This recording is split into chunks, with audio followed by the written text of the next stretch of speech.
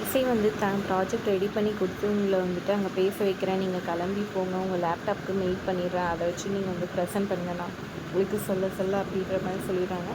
சரின்ட்டு அவங்களும் கிளம்ப, இதெல்லாம் சரிப்பட்டு வராது, இவ என்ன பெரிய இதுவா அப்படி இப்படின்னு சிந்தாமணி சொல்ல, போதும் நிறுத்தி, என் மருமக சொன்னால் கரெக்டாக இருக்கும், நான் போவேன் அப்படின்னு சொல்லிட்டு லேப்டாப்லாம் எடுத்துகிட்டு கிளம்பிடுறாங்க. எல்லாருக்கிட்டையும் சொல்லிவிட்டு இங்கே இசை உட்காந்து ட்ரா பண்ண ஆரம்பிச்சிட்டாங்க. இது இப்படி அது அப்படின்னு சொல்லிட்டு இது பண்ணி ஃபோட்டோ எடுத்து இவங்களுக்கு சுபத்ராக்கு அனுப்பிச்சிடுறாங்க. அத்தை உங்களுக்கு அனுப்பிச்சிட்டேன் பாருங்க அத்தைன்னு சொல்லிட்டு வீடியோ கால் பண்ணி நான் சொல்கிற மாதிரி அங்கே போன உடனே சொல்லுங்கள் எல்லா டீட்டெயில்டாக அப்படின்ற மாதிரி சொல்கிறாங்க. சரி ஓகேம்மா அப்படின்ற மாதிரி சொல்லிவிட்டு அவங்களும் ஒரு பக்கம் கிளம்புறாங்க. இங்கே பானுமதி வந்துட்டு எல்லாத்தையும் வந்துட்டு சூப்பராக ப்ரெசென்ட் பண்ணுறாங்க. உங்கள் ப்ராஜெக்ட் சூப்பராக இருந்துச்சு, அவ்வளோதானா, ப்ராஜெக்ட் வேறு எதுவும் இல்லைல்ல எக்ஸ்பிளைன் பண்ணுறதுக்குன்னு சொல்கிறாங்க. இல்லை சுபத்ரா குரூப்ஸ் வரல, ராகவ் வரலையா, அப்போ இதோடு முடிஞ்சதா அப்படின்ற மாதிரி சொல்லி கேட்டுட்ருக்கேன்.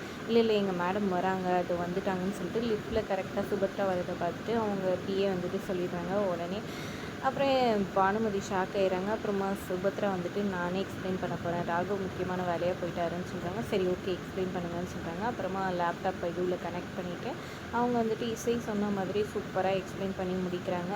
டெண்டரும் இவங்களுக்கே கிடைக்கிது. ஏன்னா வந்துட்டு உங்களோட ப்ராஜெக்டில் வந்துட்டு ஏழைங்களுக்காக உதவும் வந்துட்டு அண்ட் நம்மளோட கம்பெனி வந்துட்டு இன்னும் நிறைய பேர் வாங்கிறதுக்கான இதுவும் இருந்துச்சு. ஆனால் இவங்களுக்கு வந்துட்டு வெறும் வியாபார நோக்கம் மட்டும் தான் இருந்துச்சு பானுமதிக்கிட்ட, அதனால தான் உங்களுக்கு செலக்ட் பண்ணுறேன்ற மாதிரி சொல்லி செக்கெல்லாம் கொடுத்துட்டு அனுப்புகிறாங்க. சுபத்ரா சந்தோஷமாக வாங்கிக்கிட்டு எங்கள் எதுவையாக கிடைக்கணும்னு பார்த்தா இது என் மருமக இது பண்ணது தான், அவளால் தான் நாங்கள் இதை ஜெயித்தோம், அவள் வந்த ராசி தான் இது கிடச்சிருக்குது அப்படின்ற மாதிரி சொல்லி சந்தோஷமாக சுபத்ரா வீட்டுக்கு போகிறாங்க. இந்த ராகவும் விஷாலும் வந்துடுறாங்க.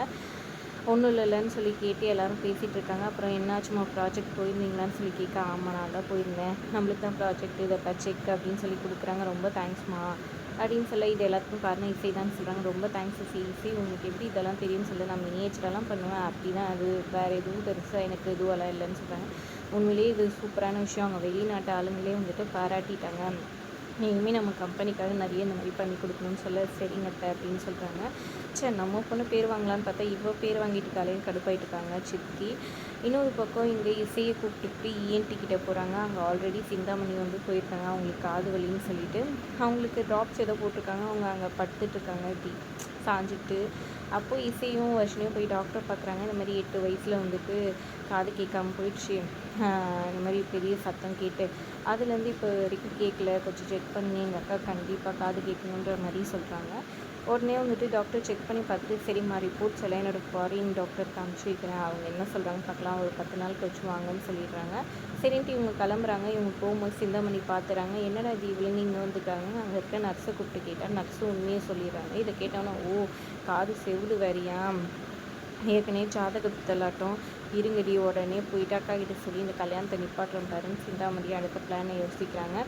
இதில் என்ன ஆக போகுது ஏதாக போகுதுன்றதை பொறுத்து பார்க்கலாம். வீடியோ பிடிச்சிருந்தா லைக் பண்ணிக்கோங்க.